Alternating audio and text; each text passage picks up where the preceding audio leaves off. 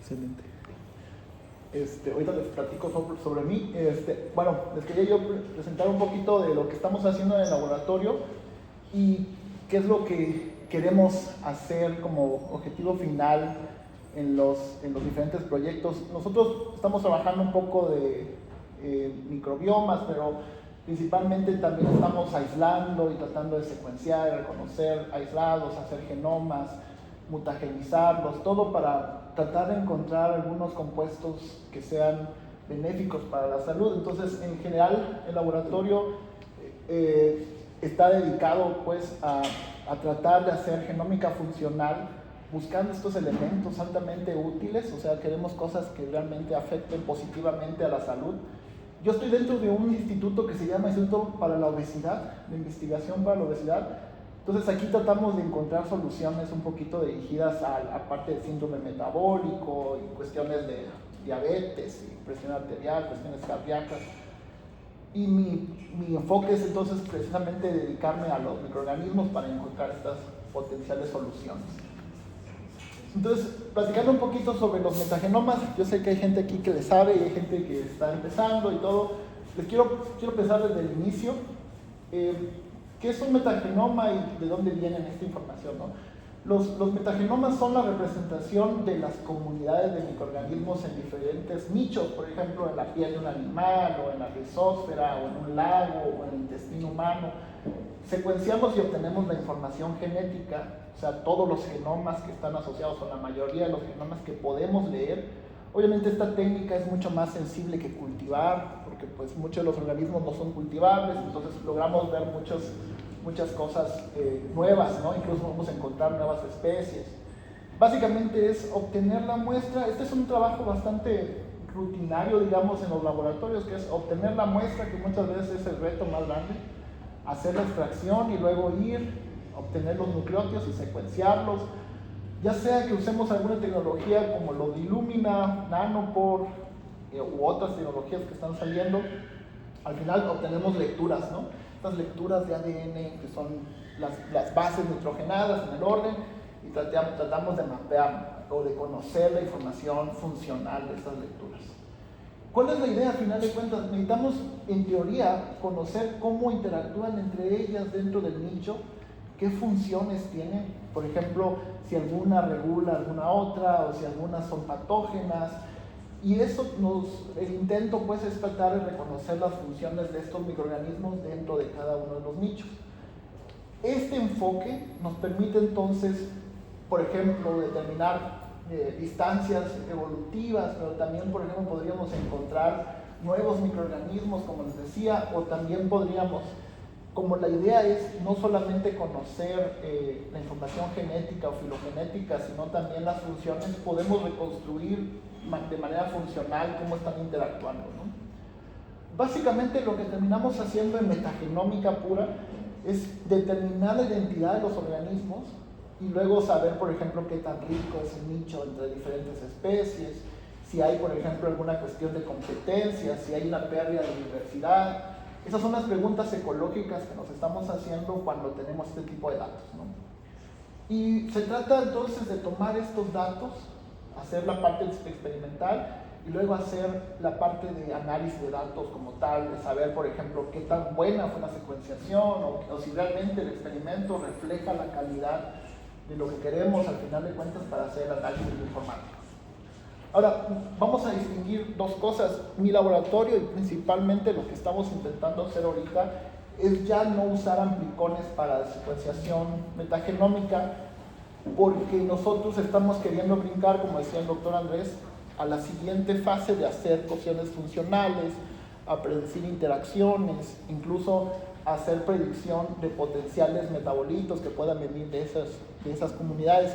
Esa información no está cuando hacemos metagenómica tipo amplicón. Aquí, no sé si ustedes saben a qué me refiero cuando digo metagenómica tipo amplicón, para los que no son profesores.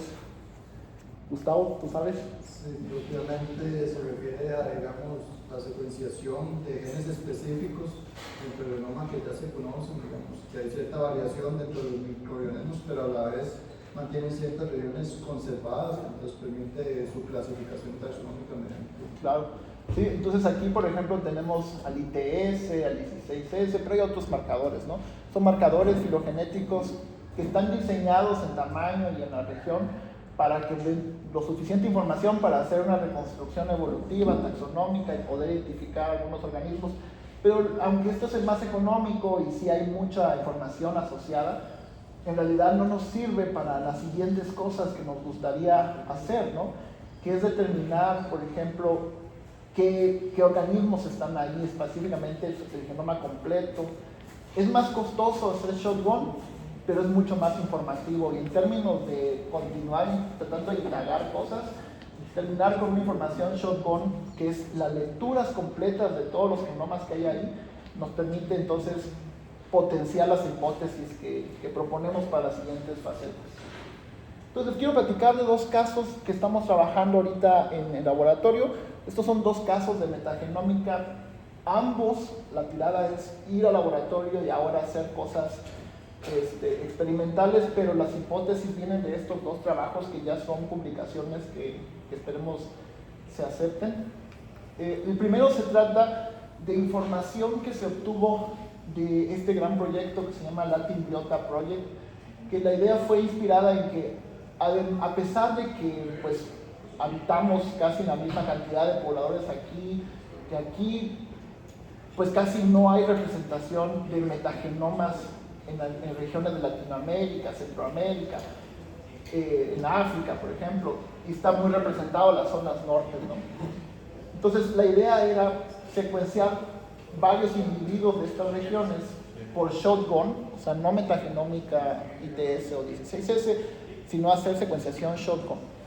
Entre los países que participaron se lograron secuenciar alrededor de 600 metagenomas shotgun, y el país que más secuenció fue México, con 207 muestras.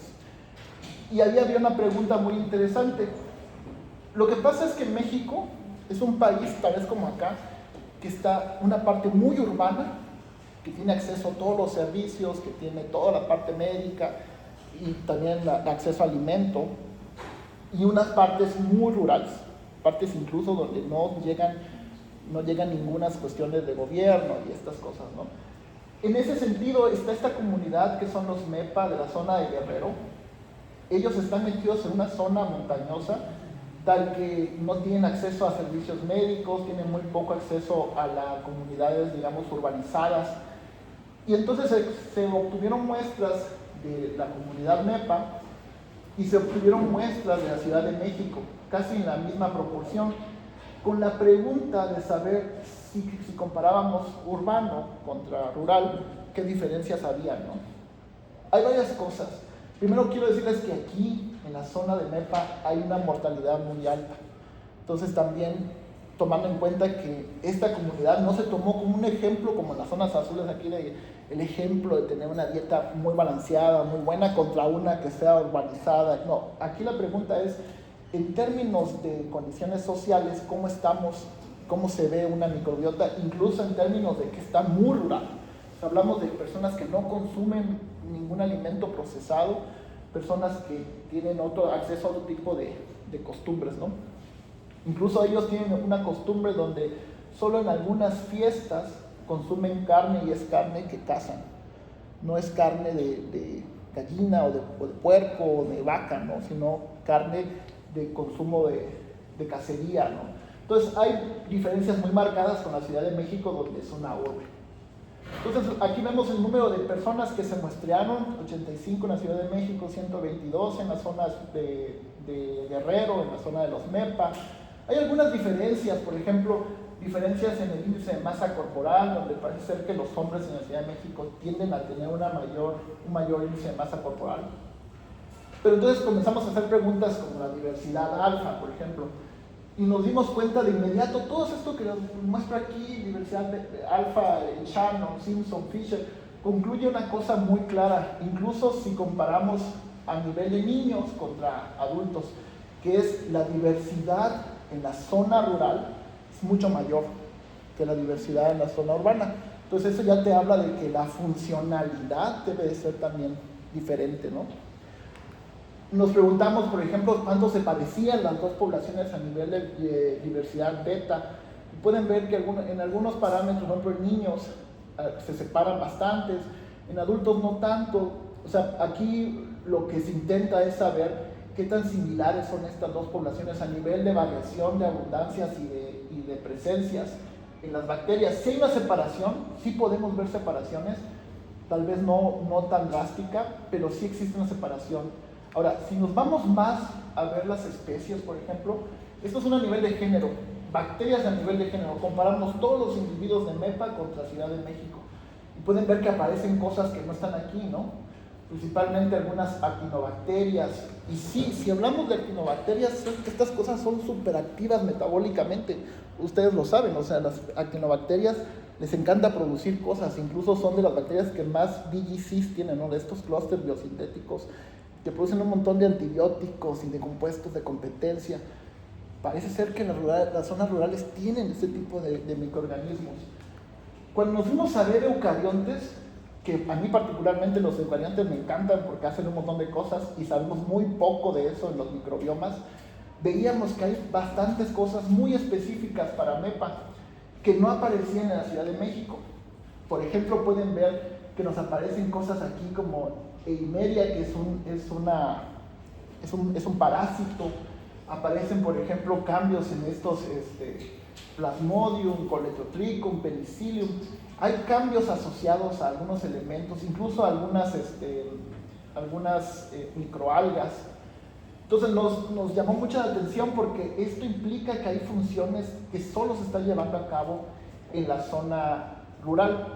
Cuando hicimos ya comparaciones usando una relación aquí de comparación entre las poblaciones, aquí usamos una estadística que se llama Wilkinson y nos dimos cuenta que habían cosas claramente muy distintas. Por ejemplo, Streptococcus está muy presente en la zona de MEPA. Por ejemplo, Bacteroides está muy presente en la zona de México. Por ejemplo, aquí pueden ver los Eimeria que están muy presentes en MEPA. Penicillium parece ser que incrementa significativamente MEPA, que tiene sus contribuciones antibióticas. También Penicillium es un organismo que produce un montón de cositas, ¿no? Entonces, esto nos decía que ya hay una diferencia muy clara entre las dos poblaciones. Si nos vamos a preguntar si tienen una implicación en la salud, lo que vemos es que, por ejemplo, aquí en Ciudad de México algunas cosas son buenas para la salud, como los Bifidobacterium, aparecen estas Coprobacter, pero también hay algunas cosas que están presentes en la zona de MEPA, ¿no? La zona rural. Y aquí algunas cosas que podrían no ser buenas. Por ejemplo, algo que nos dábamos cuenta es que aparecían algunos elementos de infección en la zona de MEPA. Entonces, con esa información nos preguntamos algo muy básico, que fue, a ver, ¿qué tan compleja es la red que establece la región de MEPA con la complejidad que tiene la red de la región urbana? Y ese es uno de los resultados que más nos gusta en el artículo que escribimos, porque si se dan cuenta, aún con una serie de parámetros que jugamos bastante, y aquí pueden ver los parámetros, poniendo los mismos parámetros para ambas redes, pueden ver que la complejidad de la Ciudad de México es mucho menor. Incluso en el título del trabajo pusimos que las comunidades urbanas comienzan a estar en una presión de pérdida de complejidad a nivel de la organización microbiana. Pero lo más interesante es que si uno se empieza a ver a los hubs, que son estas cositas centrales en la red, uno comienza a ver que la mayoría de los hubs de la red de la zona urbana, de la zona rural, son eucariontes. Parece ser que mientras que en la zona urbana se pierden muchos de los eucariontes, o sea, estos elementos más complejos, en una región donde la alimentación es más, digamos, cercana a algo natural, existe una gran diversidad de elementos que son centrales en la red y que son eucariontes. Y hace un poco de sentido porque muchos de estos elementos son elementos que pueden ser reguladores produciendo algunos metabolitos y estas cosas, ¿no? Ahora, la otra cosa y esto espero llegar en el curso, es algo muy interesante, es ensamblar los genomas completos, porque una cosa es que hicimos la distribución de diversidades y taxonomía dentro de todos los organismos, pero la pregunta es, qué genomas sí podemos recuperar por completo dentro de todas esas poblaciones. ¿Por qué? Porque ahí podemos hacer enriquecimiento de categorías funcionales, podemos ver cómo están organizados esos genomas y si individualmente participan en algo específico, ¿no? Entonces hicimos una predicción de MACs y recuperamos muchísimos MACs de alta resolución, de arriba del 95% de busco. No sé si rápidamente les explico un poco qué es un busco. Los buscos son pruebas donde comparamos entre ortólogos que deberían aparecer en los genomas y cuando los genomas están bien ensamblados y hacemos esa predicción, el porcentaje de ese número de genes que son ortólogos altamente, digamos, universales, altamente conservados a través de todos los eucariontes o procariontes, pensando en ese porcentaje, es como decimos la calidad con la que estoy recuperando el ensamble genómico, digamos, a partir del metagenoma. Tomemos en cuenta que aquí estamos haciendo un cóctel de un montón de lecturas y luego las vamos como un poco acomodando en cajitas y luego de esas vamos acomodando para que formen un genoma, ¿no? Entonces aquí recuperamos una serie de genomas. Aquí pueden ver tanto genomas, la mayoría de estos son procariontes, algo que no sucedió cuando hicimos cuestiones de bebidas, pero aquí la mayoría que recuperamos fueron procariontes. Y entonces nos fuimos a ver algo muy rápido, que fue en qué están enriquecidos esos genomas y en qué están enriquecidas las poblaciones ya ensambladas. Y fíjense, una cosa súper interesante es, por ejemplo, aquí vemos algunos COG enriquecidos que son funciones. En la Ciudad de México hay muchas mayores funciones.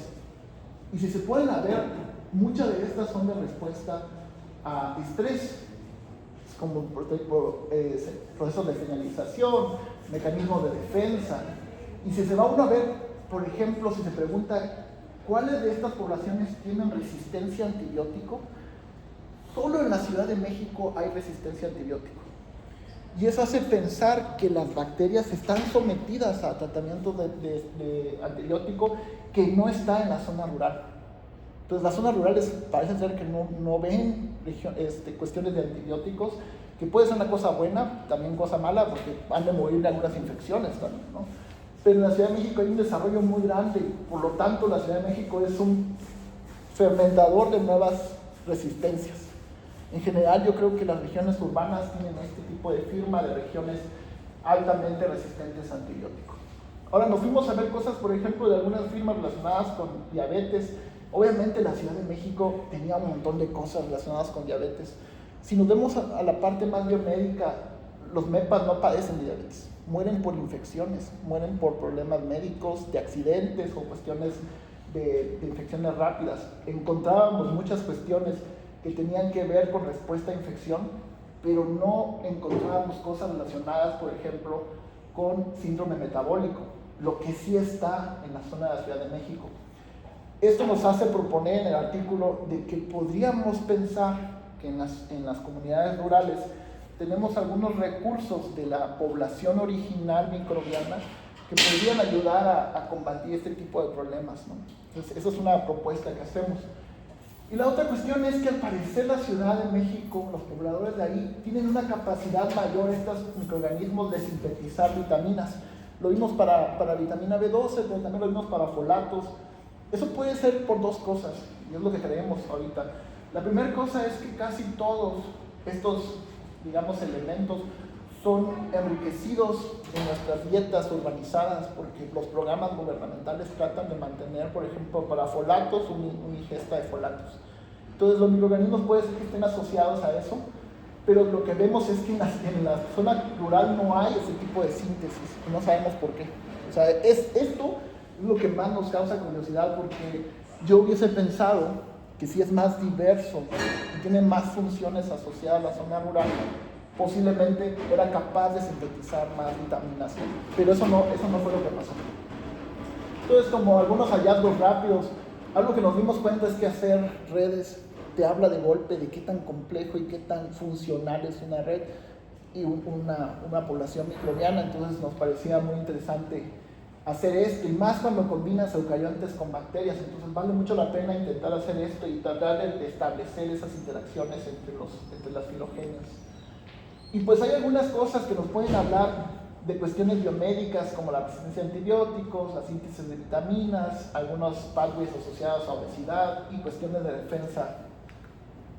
La idea aquí, una de las grandes cosas que tenemos es tomar secuencias de todos lados del mundo, que ya hay muchos shotgun, como les decía, y comenzar a buscar estos patrones a nivel mundial, que es lo que está trabajando ahorita el estudiante de doctorado que está realizando esto, que es Axel.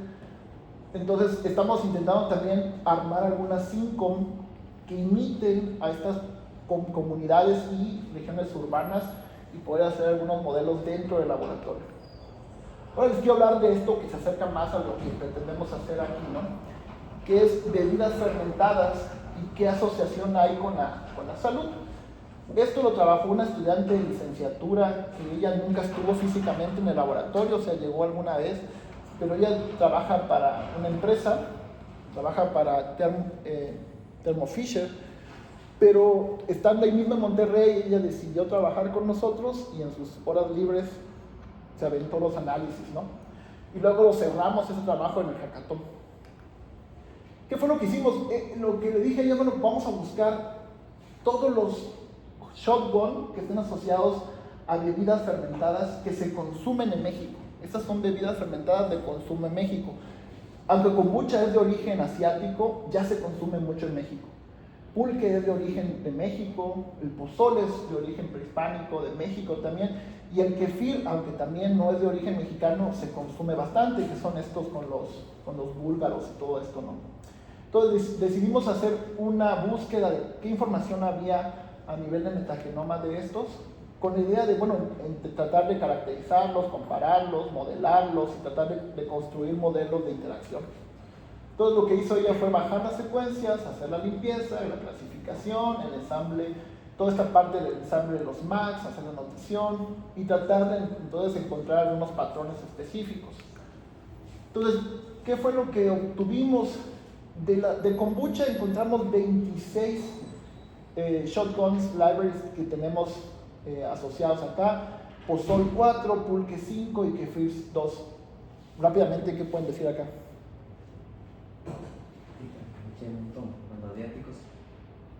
Aquí hay un montón, ¿verdad? Y aquí, o sea, la comparación podría ser muy injusta a nivel de... Ahorita vamos a ver una cosa que pasó y que a mí me gustó mucho de este trabajo. Cuando hicimos el análisis, pues sí, la clasificación está aquí, hay muchas cosas que varían, no se parecen tanto a esto, a estos. Por ejemplo, nos preguntamos quiénes eran más diversos entre ellos. Y lo curioso es que mientras que kefir y kombucha que vienen de un inóculo, o sea, ya son inoculados, porque en kombucha hay un inóculo que se llama SCOBY, ellos dos no tienen tanta diversidad como sí lo tiene, por ejemplo, el pulque y el pozol, que son bebidas fermentadas espontáneas. Quiere decir que no se inoculan, simplemente por el sustrato y cómo son tratadas, comienzan a fermentar. Y tienen mucha riqueza de microorganismos, algunos con baja abundancia, pero muchos más bastante abundantes. Y nos empezamos a preguntar cosas como qué compartían. Casi la verdad es que no comparten nada, pues, si vemos aquí hay muy poquitos organismos compartidos. Entonces, básicamente son historias muy distintas a nivel de fermentación. Ya se esperaba un poco eso, a nivel de... Hicimos unos más bonitos de estos para la publicación, pero a nivel también de alfa y beta diversidad no veíamos muchas coincidencias. Entonces, ensamblamos aquí nos brincamos toda esta parte porque ya lo habían hecho las publicaciones originales, donde es la taxonomía y que si las comparaciones y funciones, o sea, todo esto ya lo habían hecho las publicaciones originales. Nosotros lo que queríamos era brincarnos a ensamblar lo mejor que pudiéramos los genomas. Entonces, es un ensamble de genomas. Aquí ven todos los que pasan un filtro de 75% de busco, y aquí ven todos los que pasan un porcentaje del 95%. Entonces hay algunas aquí, lo más interesante fue que a excepción de kefir, kombucha, pozol tiene 25 max ensamblados. O sea, el número es muy similar. A pesar de que el número de metagenoma de donde viene, a pesar del número de muestras de donde vienen, cuando comparas ya a nivel de cuántos genomas logras ensamblas muchos de estos similares, quiere decir que esto es muy consistente en su número de max, y este tiene un montón de max, y este también tenía un montón de max, ¿no? Entonces nos pusimos a revisar a nivel de funciones, todos esos pasan 95, pero aquí pueden verlo de 75 y sí hay un montón. Entonces todos estos que teníamos acá dijimos, bueno, son interesantes porque algunos son muy distintos entre ellos, pero el número a nivel de max ensamblados son muy similares. Y uno de los controles que nos gustó es que encontramos el cloroplasto de pozol. Pozol es una fermentación que viene de maíz, o sea, fermentan el maíz en sólido y de ahí hacen la bebida y todo. Y encontramos el cloroplasto ensamblado, o sea, que logramos ensamblar el cloroplasto de la masa con la que hacen el pozol. Eso a mí me habla de un control interno bueno, porque sabes que ese cloroplasto está en alta presencia. Y lo logramos ver, ¿no? Al principio yo dije, ¿por qué me sale sin maíz? Pero ya que empezamos a ver, veíamos que era el cloroplasto completo a un 95% de secuencia, que además es un genoma grande. O sea, el genoma del cloroplasto de maíz no es un genoma pequeño. Entonces, preguntas muy rápidas fueron, bueno, ¿qué pasa con los compuestos, potenciales compuestos que podrían generar? Y hicimos unos análisis más y nos dimos cuenta de que kombucha tiene un gran potencial. Ya se sabe que tiene un gran potencial de algunos elementos de interés, pero también pozol parece ser que tiene, aquí ven en rojo los de abajo, pero tienen en verde los que tienen alta posibilidad de estarse sintetizando. Pulque también tenía algunas cosas. Pozol nos interesó muchísimo porque aparecían cosas incluso que no se conocían. Y nos empezamos a preguntar, por ejemplo, cosas importantes para la medicina. Por ejemplo, vamos de abajo hacia arriba, vitaminas. Aquí pueden ver que pozol y kombucha sintetizan, parece ser, potencialmente vitamina K, enriquecido estas dos. Vitamina B también, pozol y kombucha parece ser que vitamina B9 la están haciendo, aunque se sabe, pozol y pulque, aunque se sabe que kombucha también lo sintetiza en buena proporción. B12 se sabe que B12, eso ya se sabía por conocimiento biográfico, kombucha es buenísimo sintetizando B12, pero también hay un poco de producción en pulque. Ahora, de los mejores degradadores de almidón están en pozol y hace sentido porque son los que degradan la masa, ¿no? Entonces, una de las cosas que nosotros decíamos en las discusiones era, si estas bacterias son muy buenas degradando almidón, son muy buenas también ayudando a que la gente cuando consume estos alimentos y perduran esas bacterias en el intestino, ayudando a la degradación de almidón para obtener energía u otros elementos nutricionales. Entonces nos pusimos a hacer algunas cosas, como por ejemplo comparar las K-Signs. ¿Saben qué son las K-Signs? Que no sean los profesores. K-Signs. Las K-Signs es la clasificación de todas las enzimas que tienen que ver con hidrólisis de cadenas largas de carbohidratos. Por ejemplo, las glucosilhidrolasas, que son las que rompen, por ejemplo, si tenemos celulosa, son las que rompen las cadenas de celulosa en fragmentos más pequeños que son después degradados por otras rutas. Aquí están todas las hidrolasas que tienen que ver con esa ruptura, ¿no? Ruptura de celulosa, de almidón, de otras cadenas largas, polímeros o polisacáridos. Y lo comparamos contra los SSFA, que son los Short Chain Fatty Acids, que son elementos ácido grasos pequeños que tienen características probióticas, que dan las características probióticas a las bacterias, porque son antiinflamatorias, se sabe que tienen que ver con procesos benéficos para la célula. Entonces nos preguntamos si había una correlación entre esta capacidad de síntesis contra la capacidad de degradación contra la capacidad de síntesis de estos elementos. Y encontramos varias bacterias que eran muy buenas. Sí, y interesantemente, sí, ya se sabe que los lactobacilos son buenísimos sintetizando estos short. Por eso les ven en Yakult, porque se sabe que sintetizan los ácidos grasos de cadena corta, que son muy buenos. Pero en pozol encontramos bacterias que incluso son mejores que los lactobacilos de kefir. Si comparas los lactobacilos de kefir, no son tan buenos como la priestia que está en el pozol mexicano. Y encontramos otras cosas como Hafnia albi, que está en pulque, que también es muy buena degradando y sintetizando estos elementos. Y así nos empezamos a ver con muchas características, ¿no? Y nos llamaba la atención que había elementos que estaba en el kombucha, que sintetizaba, que degradaba un montón de más. Este elemento, por ejemplo, es una levadura. Es un MAC que logramos ensamblar, pero no es un procarionte, sino eucarionte. O sea, es una levadura. Y entonces nos preguntamos, bueno, tenemos este revoltijo de funciones y que son bastante interesantes en términos probióticos.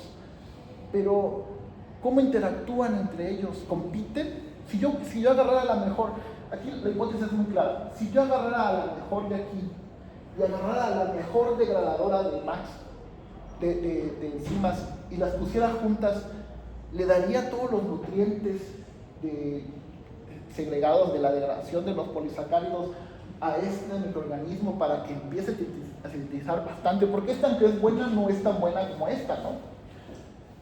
Si eso es real, pues sería muy padre agarrar a las mejores que degradan con las mejores que sintetizan y ponerlas a ser felices, ¿no? También esto lo hicimos también en previsión de consumidores de vitaminas y productores de vitaminas. Y entonces, tomando ambas cosas, dijimos, bueno, ¿qué tal si agarramos a las de mayor interés y las ponemos a competir a nivel in silico? Tomando sus genomas, reconstruimos su metabolismo y eso nos habla de quiénes son inductores, quiénes son donadores y quiénes son recuperadores o que consumen lo que les da a nosotros. Y aquí tienen eso es una red de intercambio donde, por ejemplo, tienen elementos como esta levadura que pasa algunas cosas como aminoácidos hacia otros elementos como la Lactobacillus kefir o, por ejemplo, al Lactobacillus plantarum. Si se dan cuenta, hay algunos elementos que están en rojito, que quiere decir que tienen un alto score de compatibilidad, y elementos que están en azul que tienen muy bajo score de compatibilidad. Esto basado en intercambio de metabolitos como aminoácidos y carbono. Ahora, algunos otros como cofactores, nucleótidos y ions, por ejemplo, hierro, que el hierro, cuando uno hace estas modelaciones en las comunidades, siempre ve que el hierro es un elemento de intercambio y que ellos siempre están compitiendo por hierro. Y sí, hay elementos que les gusta atrapar hierro, pero hay elementos que les gusta entregar hierro.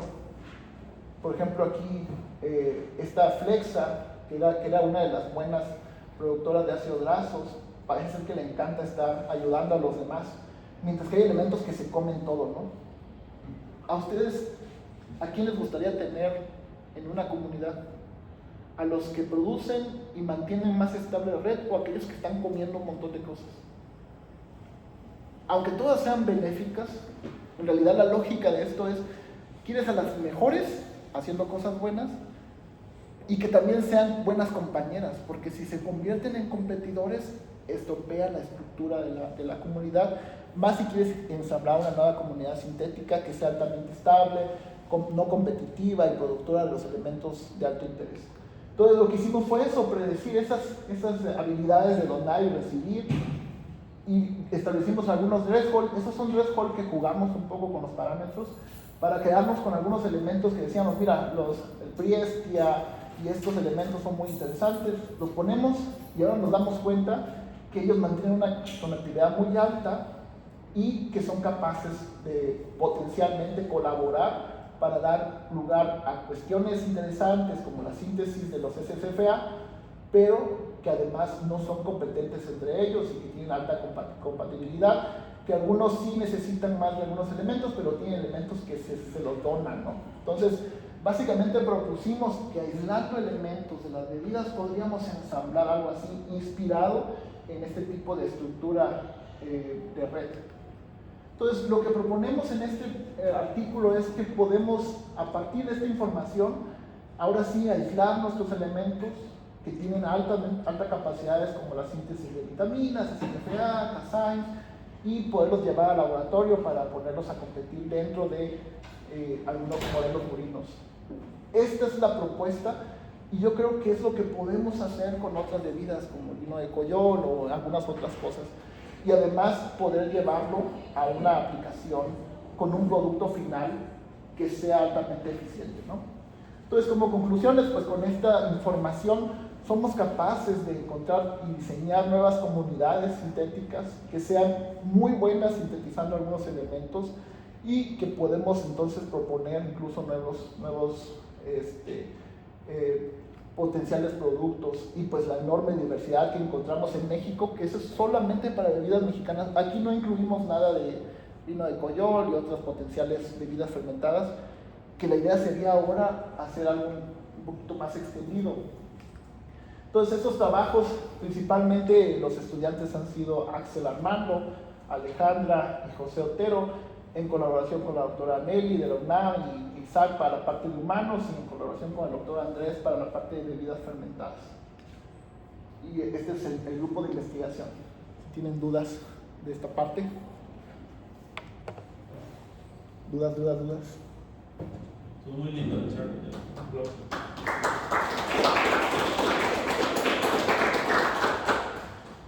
Muy buena matemática tienes en ese grupo, Nelly. Sí, con Nelly tenemos varias cosas, aunque estamos un poquito, yo hice el doctorado junto con ella, pero ella está más en la parte de matemáticas y yo más en la parte biológica, pero sí, y distantes a nivel de, ella está en Morelia y Monterrey está bastante lejos. Sí, pero entonces vos conoces a Paco también, ¿o no? Sí. Pues Paco trabajaba ahí en Langevio en aquella época. Sí. Pues bueno, entonces, tomando en cuenta esto, si no hay dudas, quiero arrancarnos con una práctica o intentar hacer una práctica que sea bastante liviana en términos de computación y que simplemente sea para que ustedes comiencen a hacer este tipo de cosas lo más fácil posible. Y lo que el doctor Andrés platicaba y que estamos completamente de acuerdo, la idea es que ustedes pasen de, si no han manejado ningún dato de este tipo, pasen de hoy no saber manejarlo a poder hacer análisis simples de estos datos y que les dé idea y conceptos de cómo hacerlo. ¿Va? Sale. Entonces nos arrancamos.